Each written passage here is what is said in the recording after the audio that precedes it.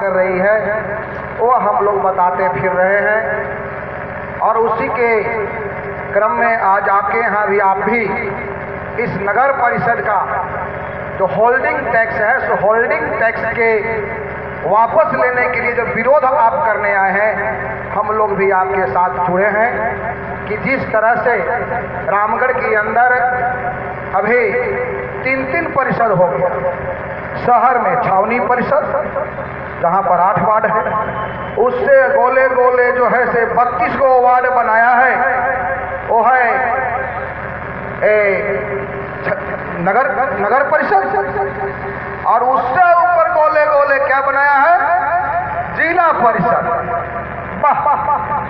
और जब तक नगर परिषद का गठन नहीं हुआ, यानी बच्चा पैदा भी नहीं लिया और छठिहारी के पूरे धूमधाम से तैयारी ये भारतीय जनता पार्टी और आजसू के लोग कर रहे हैं। और गांव में घूम घूम के कह रहे हैं कि हम ही को अध्यक्ष बना दो ना, हम ही को चुन करके ही नगर परिषद के अध्यक्ष बना दो ना। अरे भाई, शर्म नहीं आता है कि नगर परिषद का गठन नहीं हुआ, चुनाव नहीं हुआ और गांव के अंदर होल्डिंग टैक्स की वसूली जबरन कर रही है सरकार। और यह कह रही है, उन्होंने यह कहा है कि अगर पैसा नहीं दोगे तो गाड़ी घोड़ा मोटरसाइकिल चल संपत्ति को जब्त किया जाएगा। शर्म नहीं आती है सरकार को। और एक यहाँ के सांसद और विधायक दोनों गूंगा और बहिरा एक भी बोलने को तैयार नहीं है कि जिस जनता ने चुन करके वोट दे करके रांची और दिल्ली के गद्दी पर भेजा, एक बार भी बोलने को तैयार नहीं है कि टैक्स वसूली गलत है। भाई, जब तक नगर परिषद का गठन नहीं होता है, चुनाव नहीं होता है, गांव के अंदर विकास के काम नहीं होता है, तब तक वसूली मत करो।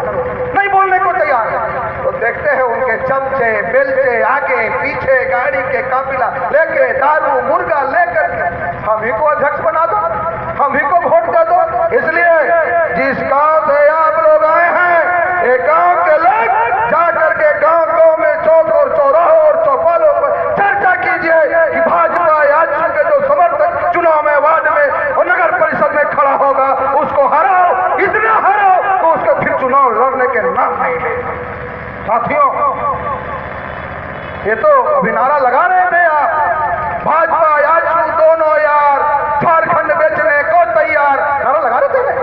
अरे नारा लगा रहे थे। मोदी जी अगले बार क्या कहे अच्छे दिन आने वाले हैं, मोदी जी आने वाले हैं। जेटर के लोगों के अच्छे दिन आ गए, गोसार कोठार के दिन लोगों को अच्छे दिन आ गए कि बिना नगर परिषद के वसूली के हजारों हजार के वसूली शुरू हो गया। आ गया ना अच्छा दिन? अच्छा दिन आया कि नहीं आया? हराम का रुपया वसूलने वाला दूरा बदल तक देने लगा कि नहीं?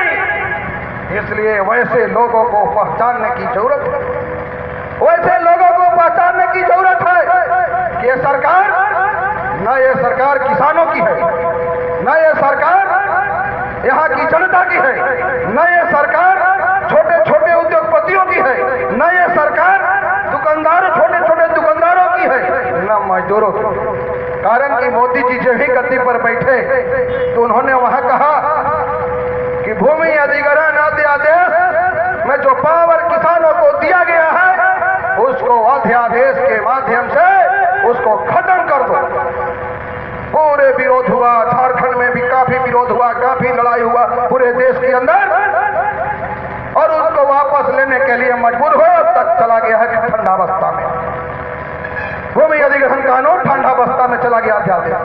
जब रघुवर जी आए तो जो गैर मेजर हुआ जमीन था, जिसका बाप दादा आज 50 साल 60 साल 70 साल से जोत कोड़ आबाद करके उस जमीन को रखे हुए थे, वो जमीन के रसीद बंद कर दिया गया। गांव में अंदर कोई ऐसा घाट नहीं है जिसके अंदर 10 कट्ठा 4 कट्ठा 5 कट्ठा 2 एकड़ 4 एकड़ 5 एकड़ जमीन गैर मेजर हुआ नहीं है। उस जमीन को क्या किया? वो जमीन को भूमि बैंक में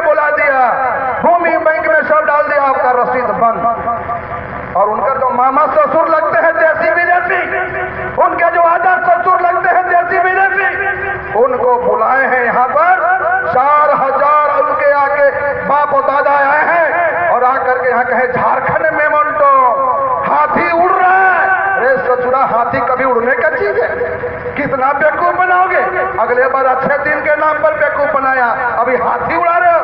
लेकिन किसानों के लिए कुछ भी योजना उनके पास नहीं है। आज उत्तर प्रदेश में घूमते चल रहे हैं, मामूली कार्यकर्ता के तरह गली गली घूम रहे हैं। भाजपा को जिताने के लिए कहते हैं उत्तर प्रदेश में वहां के किसानों का कर्ज माफ कर देंगे। झारखंड में किसका सरकार है? झारखंड में किसका सरकार है? आप बताइए, भाजपा की सरकार है कि नहीं? माफ हो गया किसान का कर्ज। जहां महाराष्ट्र में उनकी सरकार है, इस साल 4500 किसान आत्महत्या किया। आज 10 साल के अंदर लाखों किसान आत्महत्या किया। किसानों के पर 1,60,000 करोड़ मात्र लोन है। यह सरकार माफ करने को तैयार नहीं है। यह सरकार अंबानी और अडानी और जिंदल और मित्तल के 3 लाख करोड़ रुपया इन्होंने माफ कर दिया कि जैसे तुम्हारा जो कर्जा है वह तुम्हारा माफ हो गया। 3 लाख करोड़ रुपया 7वां वेतन समझौता के नाम पर लोगों को जो है उन्होंने दे दिया कि एक मामूली चपरासी भी होगा, वह चपरासी की तनख्वाह 18,000 रुपया होगा। लेकिन जो किसान जिंदगी भर बाप दादा बाले बच्चे लेकर के खेत को तोड़ता है, जोतता है और एक दाना से 10 दाना अनाज पैदा करता है और तुम्हारे बाल बच्चों को खिलाता है, तो एक बार एसी में बैठ करके मजा मारते हो। उस किसानों के लिए आत्महत्या के सिवा कुछ नहीं दिया है ये मोदी की सरकार ने, कुछ नहीं दिया है। इसलिए आपको पहचानना होगा, ये दो मुहा लोग हैं। यहाँ कुछ बोलेंगे, झारखंड में दिल्ली जाएंगे तो कुछ बोलेंगे, पटना जाएंगे तो कुछ बोलेंगे। इनका बोली कथनी और करनी में बहुत अंतर है। 1,60,000 करोड़ किसानों की कर्जा माफ नहीं हुआ। 6 लाख करोड़ रुपया देश पर लोड दे दिया गया।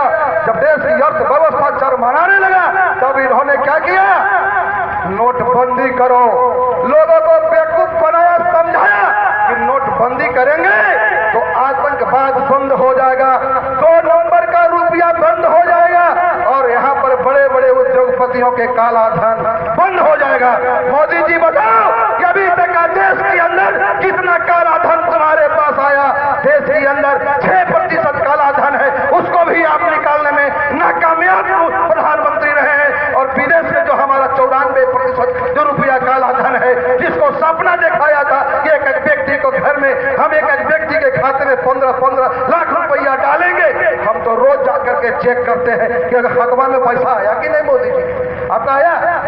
नहीं आया, आने वाला नहीं है। आज तक का सबसे झूठा प्रधानमंत्री अगर कोई है, उसका नाम नरेंद्र मोदी है, जो केवल हिंदू और मुसलमानों के नाम पर लोगों को बांटने के लिए, फ्रैक्शन पैदा करने के लिए यह काम को करते हैं। इसलिए भाइयों, वैसे लोगों को पहचानने की जरूरत है। हमारा जमीन, किसानों की गर्मेजर हुआ जमीन लूट लिया। 21 लाख एकड़ जमीन भूमि बैंक में डाल करके इन्होंने कह दिया क्या उद्योगपति जितना उद्योग लगाना है लगाओ, लेकिन 2 लाख का किसानों का, वहां पर किसानों पर अगर कोई अपना अधिकार मानता है तो उस पर गोली चलाई जाती है। और हमारे यहाँ के मंत्री चंद्र प्रकाश चौधरी 200-300 लोगों पर नाजायज केस कर करके और या जो है से कहा। मैं 20 सूत्री की मीटिंग में मैं राज्य में गया था, मुख्यमंत्री की को मैं कहा कि माननीय मुख्यमंत्री जी, अपने से पीठ थपथपा रहे हो कि हमने ये काम को किया है, लेकिन तुम्हारी बदनामी हो रही है। जो केस में फर्जी तरीके से लोगों को नाम डाला, किसानों के जमीन आप अलगे लूट रहे, भूमि अधिग्रहण कानून को झारखंड में लागू नहीं करने दे रहे। बड़का गांव में गोली चलाए, गोला में गोली चलाए, खुट्टी में गोली चलाए, गोली और बंदूक के बल पे आप चाहते हैं कि किसानों की जमीन लूट ले। तो कम्युनिस्ट पार्टी ने ऐलान किया है कि वैसे अगर उद्योगपति गांव में अगर जाकर के जमीन अगर लेता है तो वहां पर पत्थर गाड़ो और संदरा करो, झुलुआ करो, और वैसे उद्योगपतियों को गांव में नहीं घुसने दो। यह कम्युनिस्ट पार्टी कहने के लिए आया है। भाइयों, क्या महंगाई खत्म हो गया? महंगाई खत्म हो गया? शर्म नहीं आता ये भाजपाइयों को कि जब गैस के दाम बढ़ता था तो यही जो स्मृति ईरानी कपाल पर गैस का सिलेंडर लेकर फोटो खिंचवाती थी, ये हाय रे महंगाई आज कितना हो गया, आज कितना हो गया। आज इससे मैं आपसे कहने के लिए आता हूं कि किसी भी परिस्थिति में भाजपा और आजू से झारखंड का विकास नहीं हो